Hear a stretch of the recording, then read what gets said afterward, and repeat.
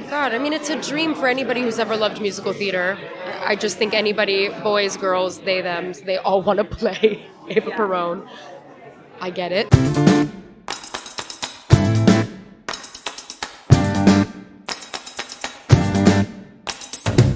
Well, hello there, folks, and oh, what a circus, oh, what a show. Welcome to our opening night video for Evita, as Rachel Zegler makes her West End debut in the Jamie Lloyd revival here at the London Palladium. Be sure to subscribe to WhatsOnStage and ring that bell for notifications. And now, let's get you to the highlights.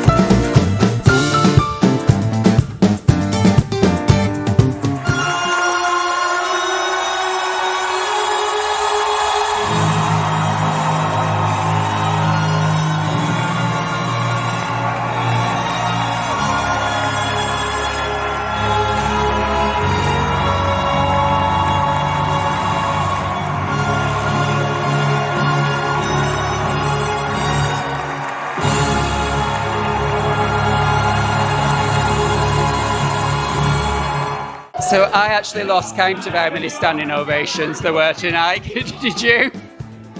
Yeah, I think maybe it was like 4, wasn't it? It was at least 4.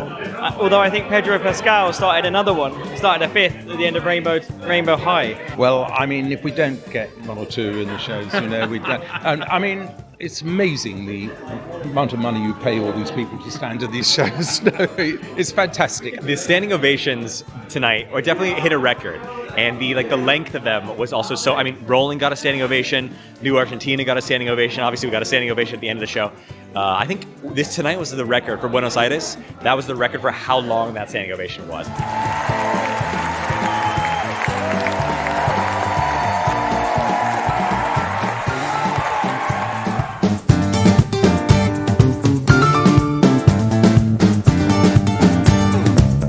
It sort of feels like a remarkably different production to the production that we did at Regent's Park.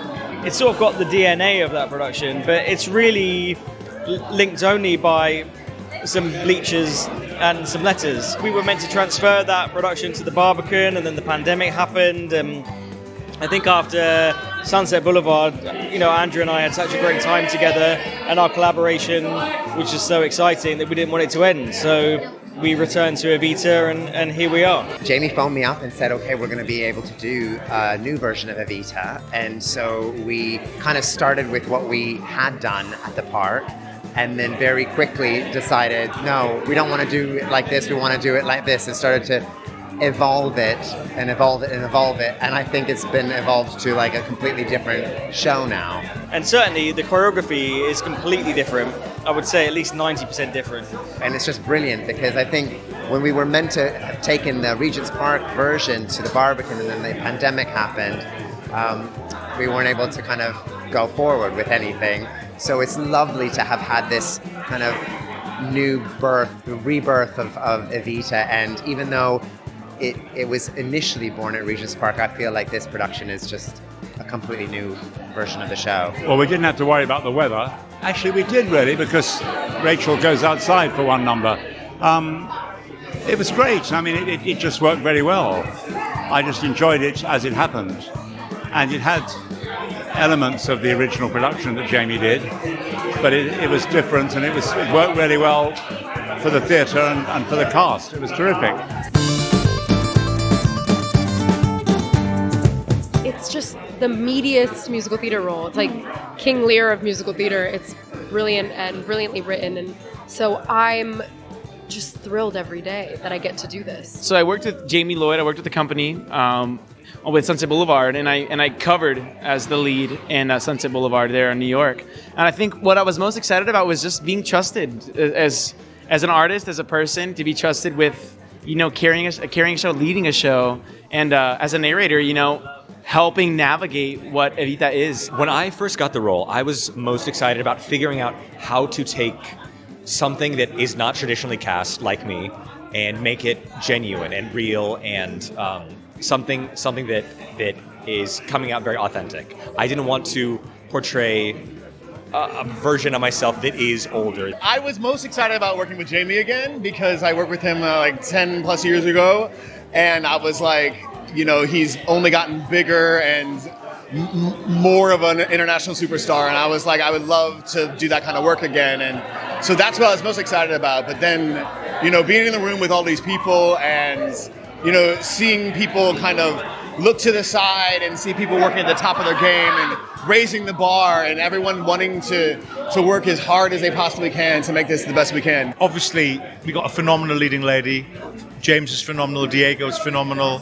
Yes. But the ensemble tonight, I mean, talk about ensembles in the West End and what they do and the backbone of musical theatre. That's extraordinary what these guys do. And equally extraordinary, the orchestra. The orchestral playing tonight, I think it was the best I've ever heard it performed. You know, in many ways, from a musical point of view, I think it's the best I've ever heard it. If you know nothing about the balcony scene, so it starts with some filming done inside, some filming done up Perón, and Che's on stage, and then we are the only two people on stage, and then it goes directly from that to the portion of the show that is kind of when Perón like hands the mic over to Eva Perón, and what we do in this show is she comes from here, from the Cinderella bar, goes out to the stage, to the balcony, and then speaks to the people in the street. He took me aside. He told me before he had told the entire company, and he was like, I just want you to know that the Westminster Council might let us do this, and this is what the full fat version would be. And I was like, we need to do whatever it takes to make sure that happens, because it makes theater accessible, but it also fits in with the plot of our show very well, because she wouldn't be singing to ticket buyers. She would be singing to people who couldn't afford to see the show. That's her whole MO as a politician. So it just kind of made sense. I think he's a brilliant mind, and it's just further proof. I mean, it took a while to get the balcony right. You know, there are 4 cameras, and, you know, there's a lot of kind of jib moves, live jib moves. So, you know, like that kind of stuff takes some time to perfect over previews. But it's just been a real, you know, it's just been a really exciting thing to kind of like keep going and developing. And obviously seeing the crowds grow and grow and grow every night. I think we're now like way beyond like 1,000 people, you know, probably 1,200 people a night. I'm sure that crowd is going to get even bigger. And I love it because inside, what you get on screen, on this big old screen, is you get like a really beautiful cinematic version. And if your fancy is, I don't care how beautiful or how well it's done on stage, I want to see her in person, damn it. It's like absolutely wonderful. You can see it for free every other night of this run, right outside, at your leisure. Well, Evita and Sunset Boulevard are great shows. So an imaginative director, on the one hand, if shows have been done a lot, then you've got a problem in not copying anybody else. Maybe they were applauding my answer. I don't think so. They agree, but it's, on the other hand, it's difficult when it's been successful in other formats to do something original. But Jamie's achieved that. I think it's wonderful to think of this show that is 50 years old. 50, you know, and to watch it tonight, you would have thought they'd written it yesterday. It feels relevant, it's current, it's exciting, the score's not bad. I honestly think that Don't Cry For Me song should go. We're cutting Don't Cry For Me Argentina next week. First time I heard the material was in college. My roommate at the time was cleaning their book out and said, hey, you know, I think this would be a good song for you to learn. I'm getting rid of this song, you should learn it. And it was High Flying Adored. And so it's been living with me for a minute already, and I'm just so grateful to get to do this role and to introduce it for a new generation. I think Jamie's so good at that. Yeah, I mean, I think it's always been relevant. It will never stop being relevant. That's what's beautiful about art and why we revive things. And honestly, it shows a rise to power the same way that different movies I've done have, you know, like Suzanne Collins writing new Hunger Games books because of different rises to power and how they affect the world now. You just really hope that not only the story remains relevant in a way that people learn from, but that the music remains the soundtrack of our lives.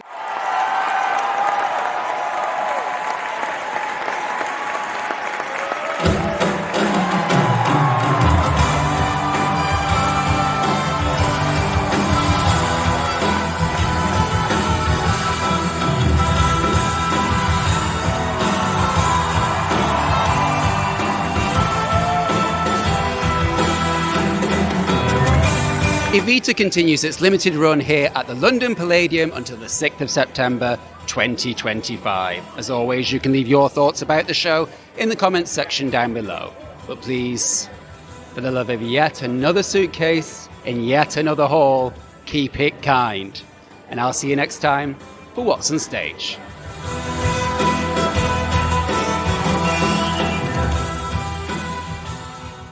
Well, we've just, look at this, there she is. Just arriving. Woo! Amazing. I love this company so much. Oh my gosh, Tom. Lovely to meet What you, an buddy. honor. What's on stage? Love y'all so much. Thank you so much. Yo! Come on, thank you so much. Woo!